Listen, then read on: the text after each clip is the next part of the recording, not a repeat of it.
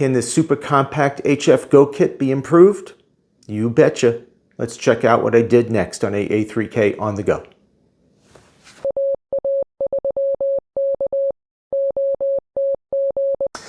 Well, a while ago, I did a video on how I put together this ultra compact HF gokit QRP to take on a trip to Italy with me. While I didn't get a chance to use it there, I have had a chance to use it in several other places. So as you can tell, I'm in a hotel room. I'm traveling. I'm actually out in Ridgecrest, California. And for those of you who know the area, or those of you who are going to look it up on a map, you can probably guess where I've been. So I wanted to try to get to a Parks on the Air park out here, California State Park, Red Rock Canyon. And I did make my way there. And I was going to film some of my activation there, showing this new kit and showing the QBV antenna. But one, I forgot my microphone. Two, the wind was unbelievable there. It would not have made for very good audio. So coming back here, I did try a tiles on the air. And for those of you not familiar with it, it's going to 6-digit Maidenhead grid locations and putting them on the air. In some ways similar to Parks on the Air, but in other ways a lot simpler. You only need one contact for an activation. And I tried the QBV antenna and I wasn't getting out too well. I switched to my end-fed half wave and I managed to make 4 Parks on the Air contacts. I'll talk more in another video about tiles on the air. It's an interesting thing you can do. You can do it from any park. You can even do it from your own backyard if you want. But to the star of the show is I've made some changes to this HF gokit I've put together. Not that I've thrown away anything that I've previously had in this kit, but I want to go through it with you to show you that change is the constant out there. So I am still using the same case. I still have the American flag that came on the case, the AA3K comms gear that I got from the KM4ACK store, and the got batteries label to remind me that I better have a battery with me or the radio ain't doing very much. So let's take a quick look at it. Now I still have the SOTA Beam 6 mast, and that's come in handy for supporting the far end of the end-fed half wave. But as we go into it, the very first thing is I have added a QMX radio to my collection. And this is 15, 20, 30, 40, and 60 meters. And I've been slowly getting used to it. This is has far more features than the True SDX that I've talked about previously. And I did order it with the protective guardrails on the side. And I'll be doing a separate video going over this in some more detail. Suffice it to say, this is another very fine portable radio. For powering the radio, really the one downside to the radio is it does not like our pretty standard 13.8 volts. I got this small in-use power bank, which does have power distribution through 2 USB ports as well as a standard USB port and to power the radio, and along with a trigger cable for 12 volts, and I got this one from Digirig. Plugging this into here will trip this into providing 12 volts, which is exactly what the QMX needs, and this ends in the barrel plug that fits in the QMX. Now, I still have the 3-pack of 18650 batteries, and I made an adapter to go from the very small power plug that the True SDX uses to the larger size DC jack here, which is I think 5.5 by 2.1 or 3.1 millimeters, that the QMX and the QCX line uses. The QCX is a bit more forgiving for voltage as compared to the QMX.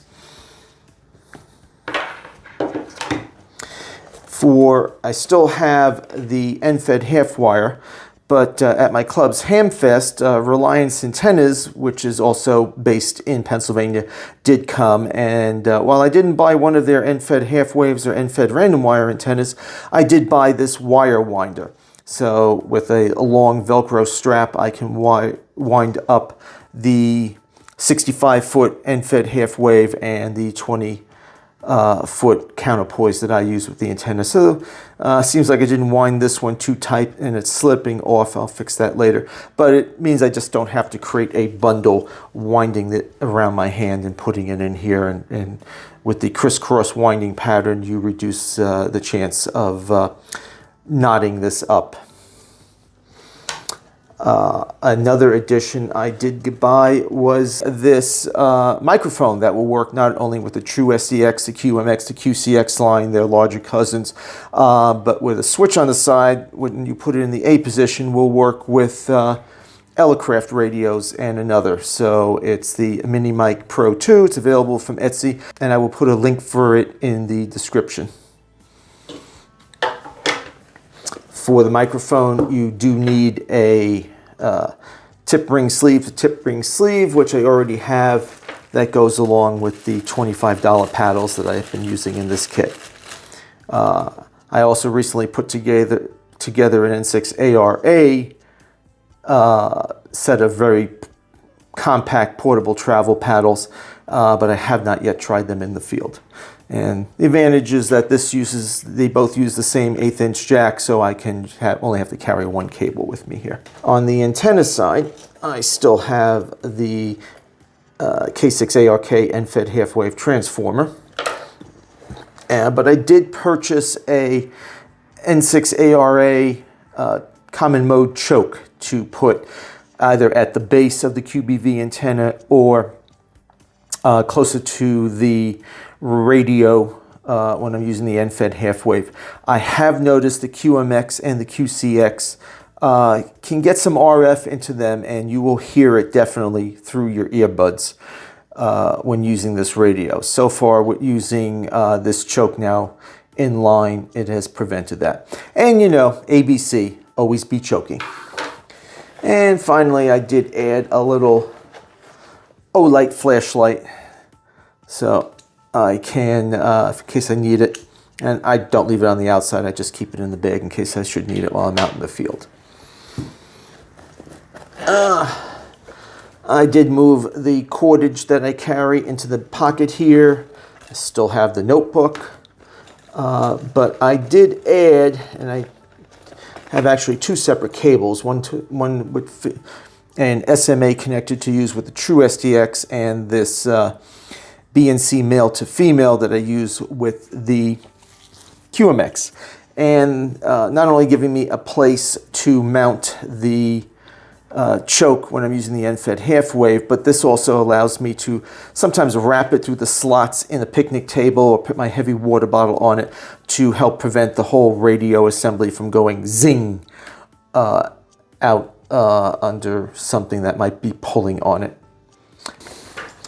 And I did get a short USB-C to USB-C cord if I want to do FT8 with my phone and the QMX. Now, if I go back to the True SDX, or for some reason I want to carry that in the kit, and the True SDX is a little bit lighter than the QMX, then I do have I can swap these cables out.